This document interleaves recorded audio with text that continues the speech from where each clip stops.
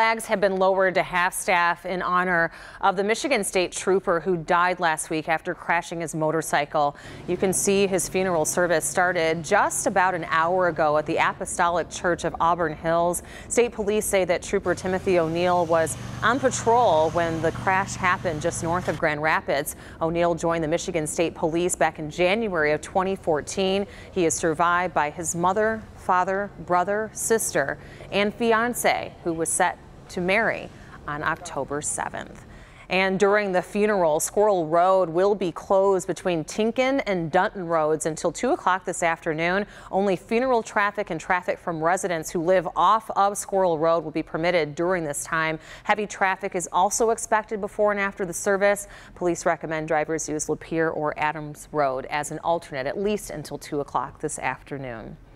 The war of words continue between the United States and North Korea. The U.S. has dismissed a statement by North Korea accusing Washington of declaring war on the country, calling the idea absurd. The White House also warned Pyongyang to stop their threats after it said it had the right to shoot down U.S. bombers. Pyongyang conducted its sixth and largest nuclear test earlier this month and has threatened to test a hydrogen bomb over the Pacific Ocean.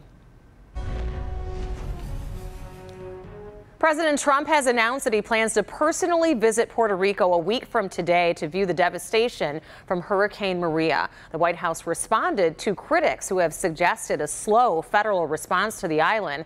The U.S., the White House says that next week is the earliest that the president can visit without disrupting those recovery operations there in Puerto Rico. Meanwhile, first daughter and senior advisor to the president, Ivanka Trump, is here. She's here in Detroit today. She is joining Quicken Loans chairman Dan Gilbert to promote and expand computer science education, an initiative that is backed by companies like Facebook, Amazon, and Quicken Loans. The White House is pushing to get more schools and students involved in STEM programming, more emphasis on science, technology, engineering, and mathematics. The goal is to prepare kids for computer and technology jobs of the future. President Trump has also directed the Department of Education to invest $200 million to boost U.S. instruction in STEM.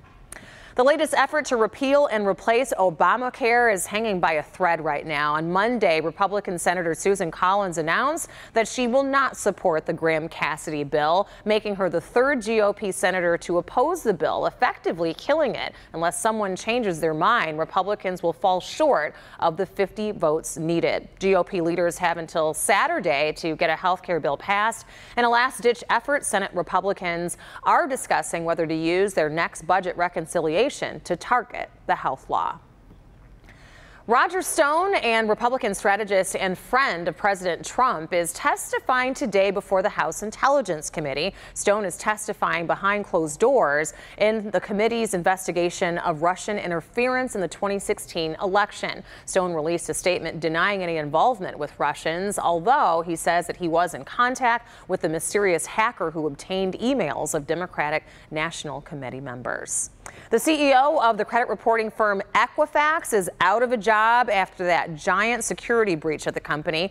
Equifax CEO Richard Smith is retiring effective immediately. Smith is paying the price for that huge data breach that let digital burglars steal personal information on about 143 million Americans. The scandal was heightened by reports that Equifax learned about a software security weakness last March, but did not act quickly enough to install a fix.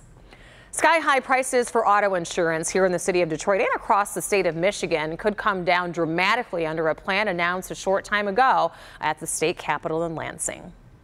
This is a day that you might not have thought you would see bipartisanship in Lansing.